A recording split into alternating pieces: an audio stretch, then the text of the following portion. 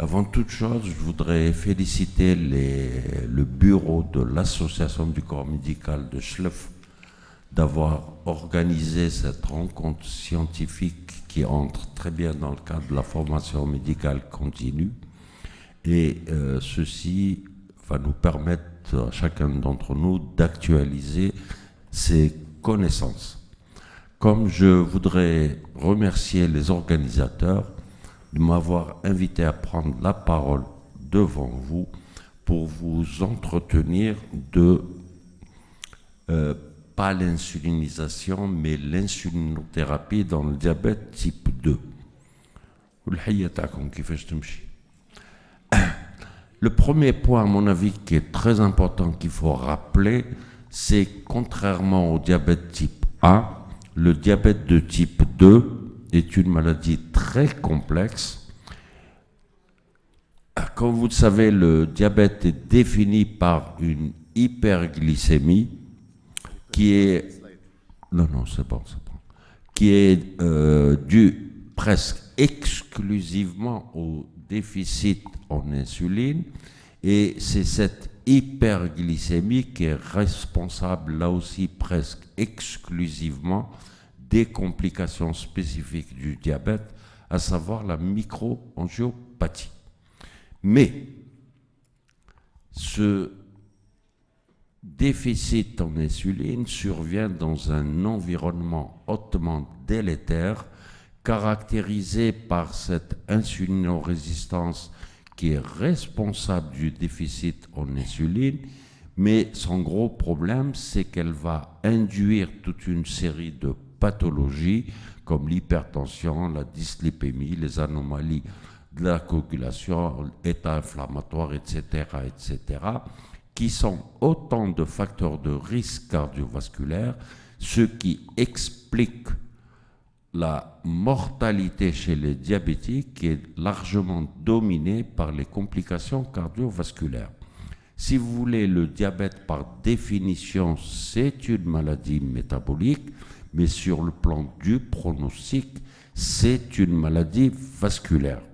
Et comme conséquence pratique, évidemment, il faut obtenir le contrôle métabolique. Ça permet de prévenir la microangiopathie, mais surtout de prendre en charge tous les autres facteurs de risque si vous voulez réduire la morbimortalité globale. C'est-à-dire la prise en charge du diabète de type 2 ne peut être que multifactorielle. Est-ce qu'elle est efficace? Oui, si on se réfère à cette étude Steno 2, où on a traité de façon intensive les facteurs de risque et de façon standard les facteurs de risque. Évidemment, ceux qui étaient traités de façon intensive ont fait beaucoup moins de complications cardiovasculaires. Mais en pratique, est-ce qu'on arrive à contrôler ces facteurs de risque? Malheureusement, non. Vous avez ici des études observationnelles à 3 périodes différentes. Vous voyez qu'on contrôle les 3 facteurs uniquement chez 14% des diabétiques, et ceci en 2010. Cela veut dire qu'il y a 85% des diabétiques qui restent exposés à l'un des 3 facteurs. Le deuxième point tout aussi important, le diabète, bien sûr, c'est l'hyperglycémie. Cette hyperglycémie est due à un déficit en insuline, mais le problème, c'est que l'hyperglycémie, à son tour, va aggraver le déficit en insuline par le phénomène de glucotoxicité. Donc, il s'établit ici un cercle vicieux qu'il faut rompre. Il y a une seule façon de rompre, c'est de normaliser la glycémie, ne serait-ce que pour lever l'inhibition de la glucotoxicité. Ce déficit en insuline, malheureusement, n'est pas figé et statique, il est évolutif. Vous le voyez ici dans l'étude UKPDS, au diagnostic, chez la moitié des malades, plutôt le pancréas a perdu 50% de ses capacités sécrétoires. Mais ce qui est plus grave, c'est que ce déficit va aller en s'aggravant quel que soit le traitement que vous instituez après le diagnostic. Vous avez ici, on a évalué l'insulinosécrétion dans l'étude ADOPT. Avec les insulinosécréteurs, évidemment, on a une hypersécrétion, mais uniquement la première année. Très rapidement, le déficit reprend. Avec les insulinosensibilisateurs, il y a une petite amélioration, mais il y a une dégradation par la suite, avec comme conséquence pratique une amélioration de l'équilibre la première année, mais très rapidement, le métabolisme glucidique se détériore. Évidemment, vous, quand vous avez en face de vous un malade, posez-vous la question, est-ce qu'il est là, là ou là? Parce que l'attitude thérapeutique n'est pas la même. Une des conséquences du déficit, de cette évolutivité du déficit de l'insuline, c'est qu'avec le temps, de plus en plus, on aura de malades qui auront besoin d'insuline, c'est-à-dire des diabètes insulino-requérants ou insulino-nécessitants. Et chez nous, je reviens en arrière, dans l'étude de KPDS, au bout de 6 ans, 53% des diabétiques sont passés à l'insuline. Chez nous, vous voyez ici quand même, l'insuline est très largement utilisée puisque c'est presque 50% des diabétiques. Maintenant, cette insuline, c'est l'hypoglycémion le plus puissant qu'on a. On a les ADO, l'insuline, elle fait baisser l'hémoglobine sans limite. La seule limite, c'est la tolérance, c'est-à-dire le risque hypoglycémique. Mais paradoxalement, c'est avec le plus puissant des hypoglycémions qu'on a les moins bons résultats comparativement aux ADO. Vous avez l'IDMPS, la même chose dans cette étude asiatique, la même chose chez nous en milieu spécialisé. Donc il y a quelque chose qui ne va pas dans notre façon d'utiliser l'insuline.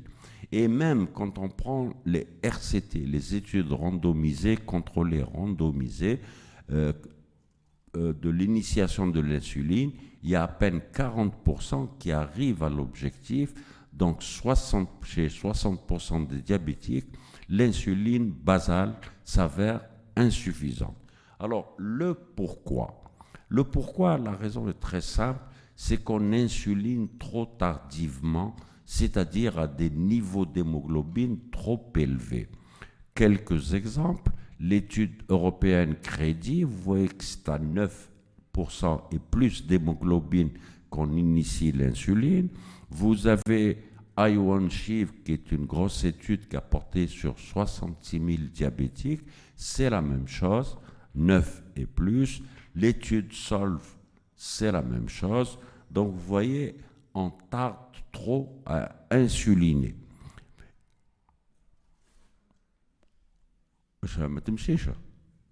Ah si. Le fait de tarder est préjudiciable aux malades, dans la mesure, vous voyez ici dans l'étude Crédit, au moment où on initie l'insuline, il y a 80 à 90% ont déjà des complications micro-angiopathiques, celles qui sont sensibles à la glycémie. Donc, on insuline tardivement. De même, dans cette étude I1Shiv, 90% en moyenne des malades ont une ou plusieurs complications micro- ou macro-angiopathiques. Donc, si vous voulez, quand on insuline, on n'est plus dans la prévention secondaire, mais dans la prévention tertiaire, c'est-à-dire la dernière. Et il est bien connu que plus on initie tôt l'insuline, meilleurs sont les résultats. Je prends l'exemple, si on initie ici à 10%, c'est vrai que la baisse de l'hémoglobine avec moins de 2% est importante, mais vous n'avez que 26% qui arrivent à l'objectif. Mais si vous initiez beaucoup plus tôt, à moins 8%. La baisse est modeste, mais il y a la moitié des malades qui arrivent à l'objectif. Par conséquent, initier l'insuline à des valeurs les plus basses de l'hémoglobine. Et pourquoi ce retard? Ce retard a été analysé par Brown dans cette étude canadienne. Je ne me rappelle plus combien de malades. Vous voyez que l'objectif, c'est 7. On met le malade ici sous diététique. On attend 2 ans et demi au-dessus de 7, c'est-à-dire à 8,6% d'hémoglobine pour initier la monothérapie. De même, on attend 2 ans et demi pour passer à la bithérapie alors que le malade est au-dessus de l'objectif. Et vous voyez, c'est à 9,6% d'hémoglobine qu'on initie l'insuline et le malade est resté au-dessus de l'objectif pendant 10 ans. Alors, il ne faut pas s'étonner qu'au moment de l'initiation, on ait déjà les complications. Bien.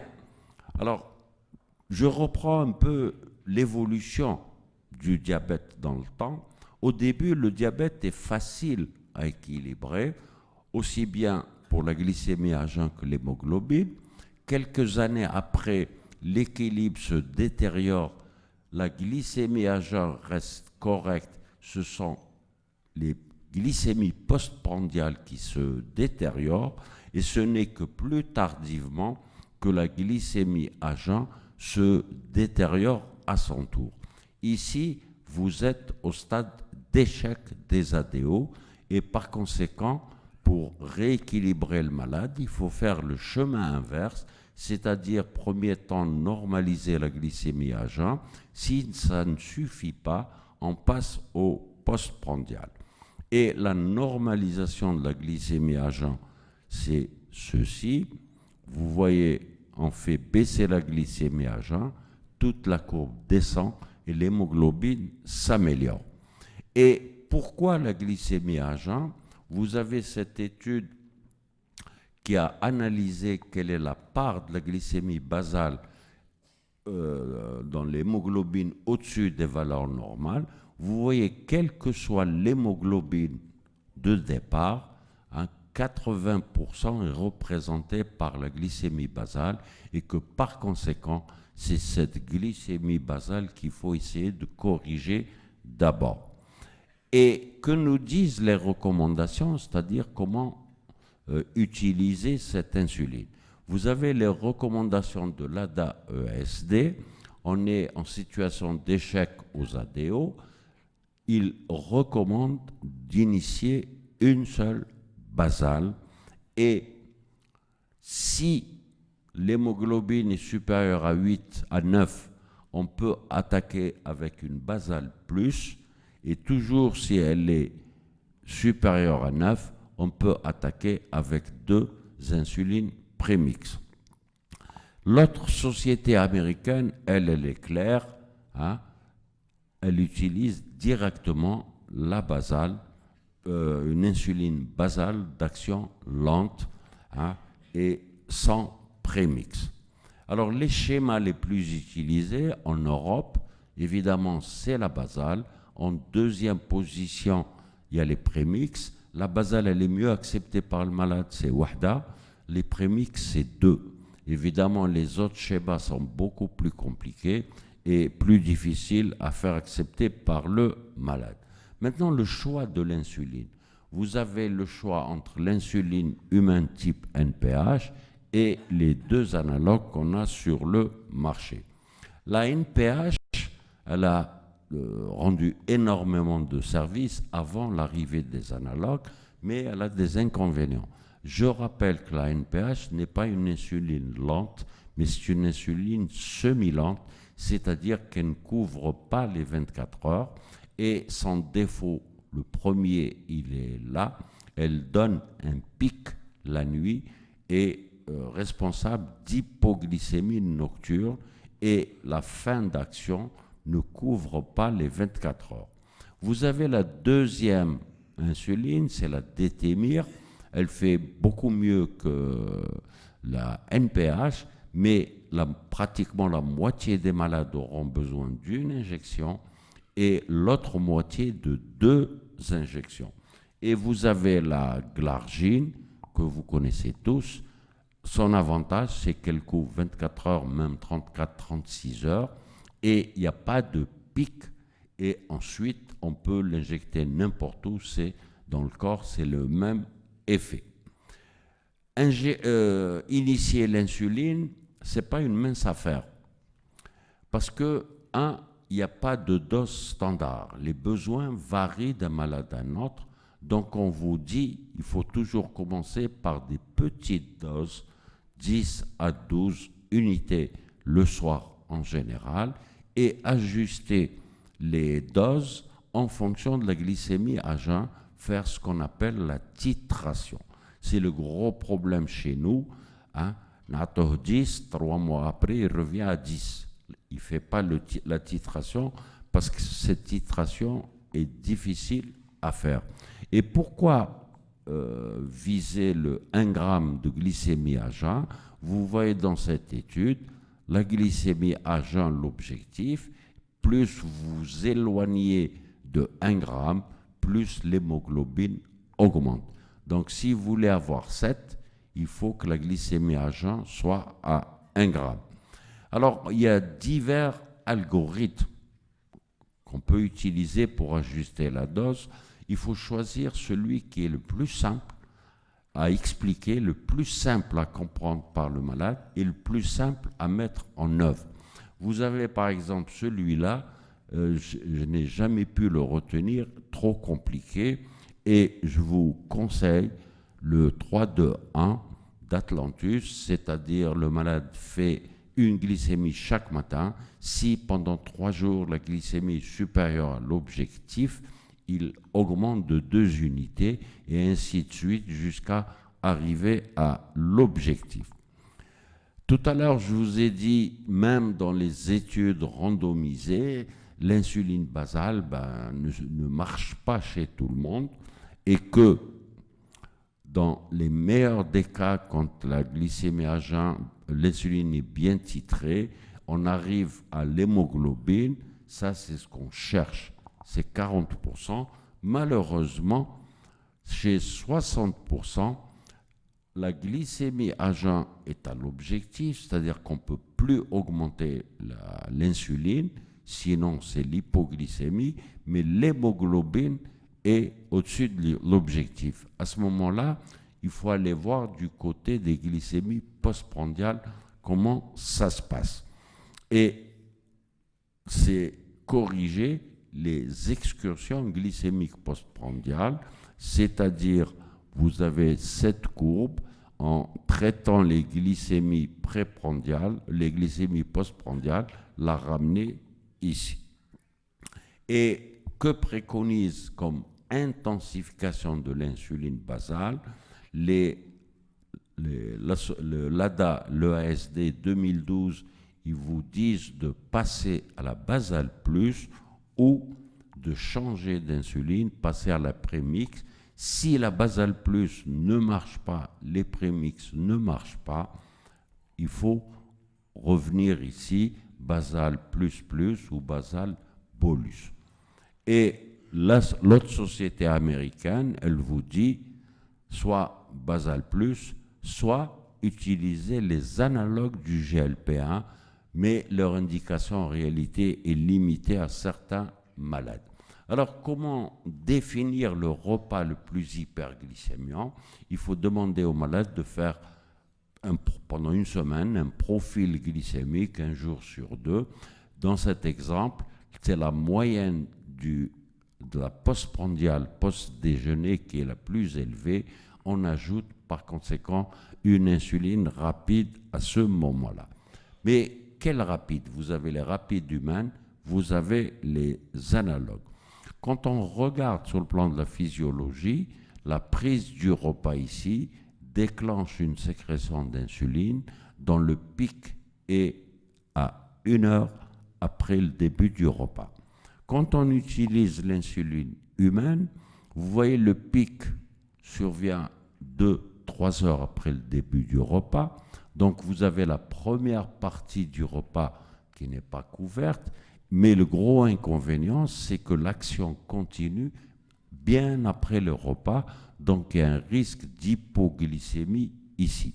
C'est pour ça qu'on a inventé les analogues en bricolant l'insuline humaine, et les analogues, leur pic coïncide avec le pic physiologique et surtout leur fin d'action coïncide avec la phase postprandiale, donc il y a beaucoup moins de risques d'hypoglycémie. Alors, comment utiliser les prandiales? D'abord la dose. La dose, c'est 4 à 5, 6 unités grand maximum. Si vous la faites à midi, vous regardez la postprandiale 2 heures après le repas de midi. Si elle est supérieure à 1,40 g, la fois d'après, pendant 2 jours, vous ajoutez 2 unités. Si elle est entre 1 g et 1,40 g, pas touche. Si elle est inférieure à 1 g, vous diminuez de 2 unités parce qu'il y a un risque d'hypoglycémie. Alors, que dire en conclusion? Maintenant, la tendance, c'est de mettre le malade au centre des préoccupations, c'est-à-dire vos objectifs et choix thérapeutiques doivent coller aux caractéristiques du malade, à ses possibilités et à sa physiologie. Le deuxième point, le malade dit que moi je ne veux pas mourir, mais ce qui tue le malade, ce n'est pas la glycémie, c'est la pathologie cardiovasculaire. Donc votre objectif numéro 1, c'est la réduction du risque cardiovasculaire global. Bien sûr, le traitement de la glycémie fait partie de ça. Les mesures hygiéno-diététiques et surtout l'éducation thérapeutique, c'est ça notre point faible, on ne la fait pas. C'est la base du traitement d'un diabète de type 2. La metformine, on l'a prescrit au début jusqu'à la fin tant qu'elle est bien tolérée. Et il faut lutter contre cette inertie clinique qui nous caractérise, c'est-à-dire il n'est pas l'objectif. On se dit, la prochaine fois il fera mieux, il ne fera jamais mieux. Et de consultation en consultation, on retarde l'intensification. Et dans l'insulinothérapie, évidemment, les analogues, soit lentes ou d'action rapide, ce n'est pas une révolution, mais c'est vraiment une évolution dans le traitement du diabète de type 2. Et je vous remercie de votre attention.